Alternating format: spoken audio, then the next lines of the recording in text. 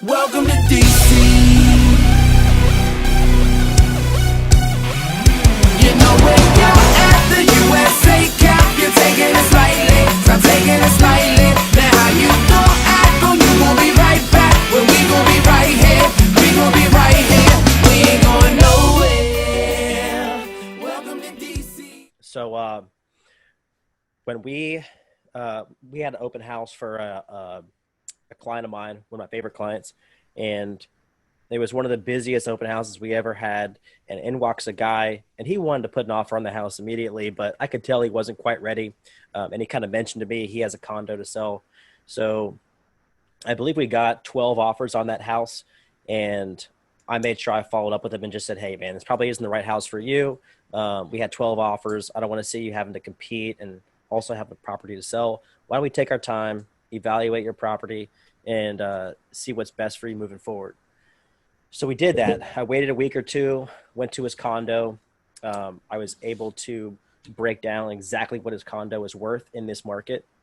He was happy about that because he had initially thought, he had talked to one of his real estate friends, and they said he might be able to break even after living there for 4 years.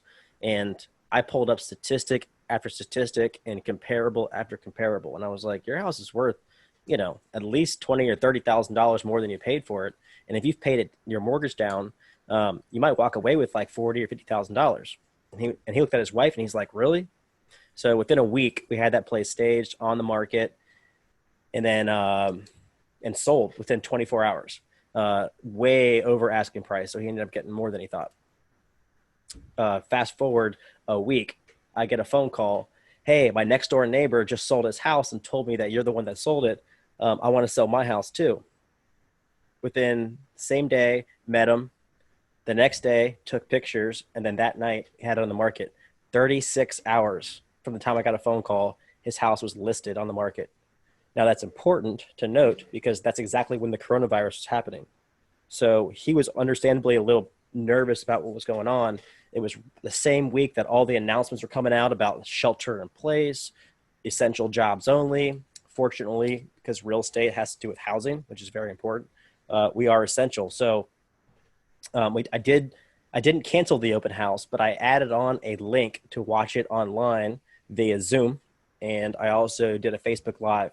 And for 2 hours, we did a virtual open house with over 700 views, hundreds of comments, hundreds of likes and engagements. And we ultimately got 2 competing offers. And I used that video as a virtual tour to all the agents that wanted to view the property.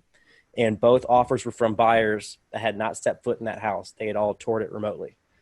So pretty cool success story about how we're adapting to kind of this, this new lifestyle where we're not shaking hands. We're using, wipes and gloves and masks and trying to be safe while still going about our day because, people still have to move. They still have to buy houses. They still have to sell houses. They still have to rent.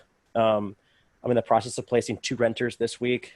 One's a TC Williams grad. One's a friend from the Maryland side. We're constantly still have listing appointments, and buyers are still calling us. So, the show must go on. People still need a place to live. Their kids are still getting older. They're still outgrowing their houses. Kids are still going off to college. WASHINGTON, baby, DC. WASHINGTON, baby, DC. Washington, DC, it's paradise to me. It's not because it is the grand old seat of precious free